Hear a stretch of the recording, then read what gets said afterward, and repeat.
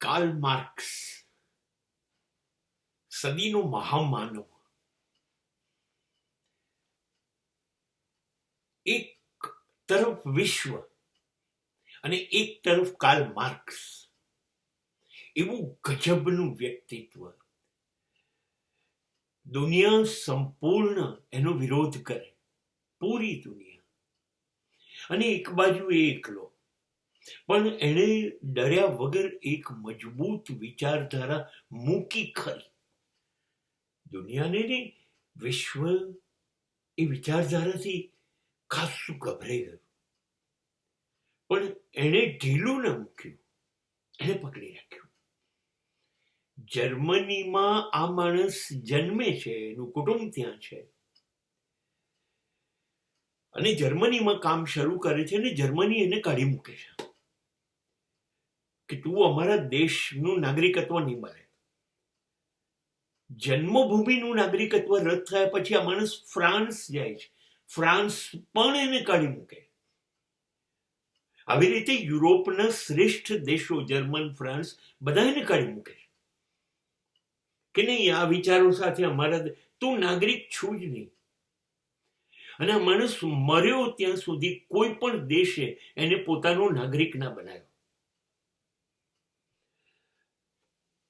પછી લંડનમાં જઈને એને કામ કરવાનું શરૂ કર્યું, કારણ કે લંડનની વિશ્વવિખ્યાત લાઇબ્રેરી છે, જેમાં પુષ્કળ કામ કરી શકાય ને લાખો પુસ્તકો છે. એને કામ શરૂ કર્યું. ગ્રીક, ફ્રેન્ચ, ઇટાલિયન, જર્મન, કેટલી બધી ભાષાઓ એ જાણતો, લખતો, વાંચતો, બોલતો. એનો રસ હતો પોલિટિક્સ, એનો રસ હતો ઇકોનોમિક્સ, એનો રસ હતો શિક્ષણ, એનો રસ હતો સમાજ, એનો રસ હતો રાજકારણ. ગજબ કામ કર્યું આ બધી દિશાઓમાં આ માણસે. અને કોઈ દેશ, કોઈ સરકાર, કોઈ એને કામ ના કરવા દે, કેમ કે એના વિચારો જ અલગ હતા. એને એક સંબંધીની દીકરી એને સમજતી હતી બાળપણથી, અને બંને જણા પ્રેમમાં પણ મોટી ઉંમરે પડ્યા, અને એ પત્ની પણ બની. અને એ પત્નીની વિશેષતા એ હતી કે એની પાસે પોતાની જબરજસ્ત અંગત પર્સનલ લાઇબ્રેરી હતી. એણે કાર્લ માર્ક્સને છૂટ આપી, તો અહીંયા બેસ, વાંચ અને તૈયાર થા. લગ્ન પણ કર્યું એની મદદથી. એના પત્નીના મા બાપે પાછો વિરોધ કર્યો કે આ માણસ ના જોઈએ. હા, પણ બે જણા જીવવાનું શરૂ કર્યું. કાર્લ માર્ક્સ એટલે જ ગરીબી. પુષ્કળ સડ્યો આ માણસ. મર્યો ત્યાં સુધી દેવાદાર રહ્યો. દર મહિને ખાવા માટે પૈસા પણ એકાદ બે મિત્રો આપે, કરિયાણું ભરી આપે, ભાડાના મકાનના ભાડા ભરે, જવા આવવાના વાહન વ્યવહારના પૈસા આપે, ચોપડીઓ, કાગળો, પેનના પૈસા આપે. એટલી બધી ગરીબી કે એની પાસે 7 બાળકો હતા, એમાંના 4 મરી ગયા, એ બચાઈ ન શક્યો. અને 2-3 વાર તો એવું બન્યું હતું કે એની પત્નીના ટ્રાઉઝર, એટલે પહેરવાના કપડા, ગીરો મૂકી આવેલી પત્ની, અને એ પૈસામાંથી અનાજ અને બાળકોની સારવાર કરી હતી. આટલી બધી ગરીબી.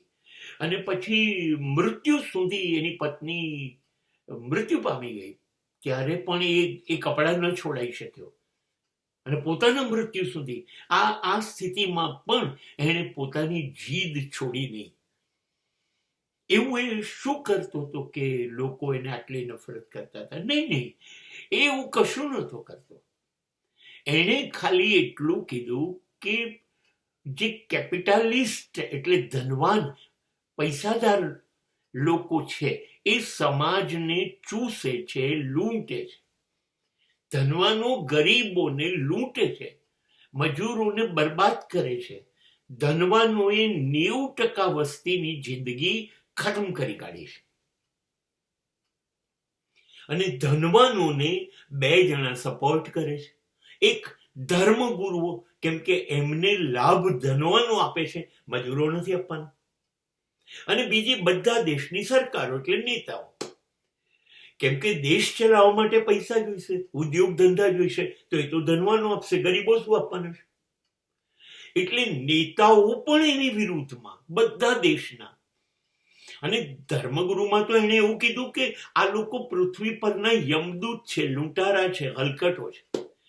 ભગવાન તો છે જ નહીં, તો ભગવાનની વાતો કરનારા કેવી રીતે હોઈ શકે? આ લોકો, આ ગરીબ માણસો છે ને, એને એનું દર્દ ભૂલાવવા માટે ભગવાન નામનો નશો કરાવે છે. એટલે દરેક માણસ ભગવાન ધર્મનો નશો કરે, એનો આધાર રાખે, પોતે કંઈ કરે નહીં, એટલે પોતાનું દુઃખ ત્યાં સુધી ભૂલી જાય. એટલે અકોર્ડિંગ ટુ માર્શ તો ધર્મ છે નહીં, ઈશ્વર છે નહીં, ધર્મગુરુની જરૂર નથી. આ અફીણ છે, આ નશો છે ધર્મ નામનો. હવે ધર્મગુરુઓ કેટલા નારાજ થાય. અને પૈસાદારોને તો એને એટલી બધી લગભગ નફરત કરી જીવન પર કે ના પૂછો વાત. એક શેઠિયો એક ઉદ્યોગ કરે ને 4000 મજૂર દિવસ રાત પરસેવો લોહીની જેમ વહાવે, અને એને વળતર ના મળે, ખાલી પગાર. અને પેલો બેઠા બેઠા કરોડો રૂપિયા કમાય. એક માણસ કરોડો કમાય અને કરોડો લોકો મહેનત કરે. આ તો કેમ ચાલે? આને સમાજવાદ કયો, કોમ્યુનિસ્ટ. આ વિચારધારા એને સમાજમાં આપી. આવું ના ચાલે. મજૂર હોય કે શેઠિયા હોય, ગુરુ ધર્મગુરુ હોય કે સાદો માણસ હોય, સરકાર હોય કે પ્રજા હોય, બધા સરખા. ધનવાનોને વધારે હક, વધારે સુખ, વધારે સગવડ અને ગરીબોને નહીં, એવું નહીં. બધાને સરખું જ આપો. દરેક જેટલા માણસ જન્મે છે એ બધાનો ખોરાક, બધાના કપડા, બધાનું રહેઠાણ, બધાનું શિક્ષણ, બધાની દવાઓ, બધાની સરખી હોવી જોઈએ. પછી ધનવાનોને સ્પેશિયલ અને ગરીબોને બિલકુલ નહીં ચાલે. સમાનતા જોઈશે, ન્યાય જોઈશે. આ નવી વ્યવસ્થા હતી. હવે આ તો કોણ ચલાવે? અને એના જે પુસ્તક બન્યા, એનું નામ હતું વિશ્વનું મહાન પુસ્તક ગણાય છે. પણ આ વિચારસરણીમાં દાસ કેપિટલ, એના 1, 2, 3 ભાગ થયા. આમ તો એવું કહેવાય કે એની આત્મકથા જેવું છે, પણ પોતાના મજબૂત વિચારો. હવે દરેક જણ એનો વિરોધ થઈ ગયો, અને બન્યું એવું કે એના આ વિચારોની અસર થોડાક દેશો પર પડી, જેમ કે રશિયા, જેમ કે ચીન, જેમ કે કોરિયા, જેમ કે જર્મની જેને કાઢી મૂક્યો હતો એને પણ સ્વીકાર્યો.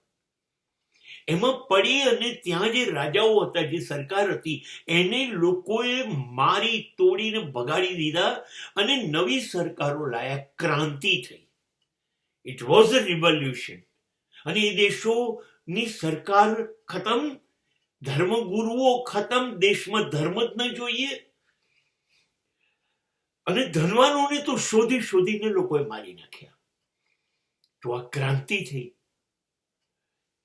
આ ક્રાંતિના લીધે એણે તો પાછું એવું કીધું કે આ હજી જો તમે લોકો આવું ભવિષ્યમાં કરશો તો હજી આખા વિશ્વમાં ક્રાંતિ થશે. અને બધા ધર્મગુરુઓ, બધા સરકારો, બધા પૈસાદારો બધા મરી જશે, લોકો મારી કાઢશે. પહેલા બધાનો હક આપો, ન્યાય આપો, નહીં તો મારી કાઢશે. હજી ક્રાંતિ થશે. હવે તો બધા દેશ એની પાછળ પડી ગયા, જે પૈસાદાર હતા. એ ઇંગ્લેન્ડ હોય, જાપાન હોય, અમેરિકા હોય, બધા પાછળ પડી ગયા.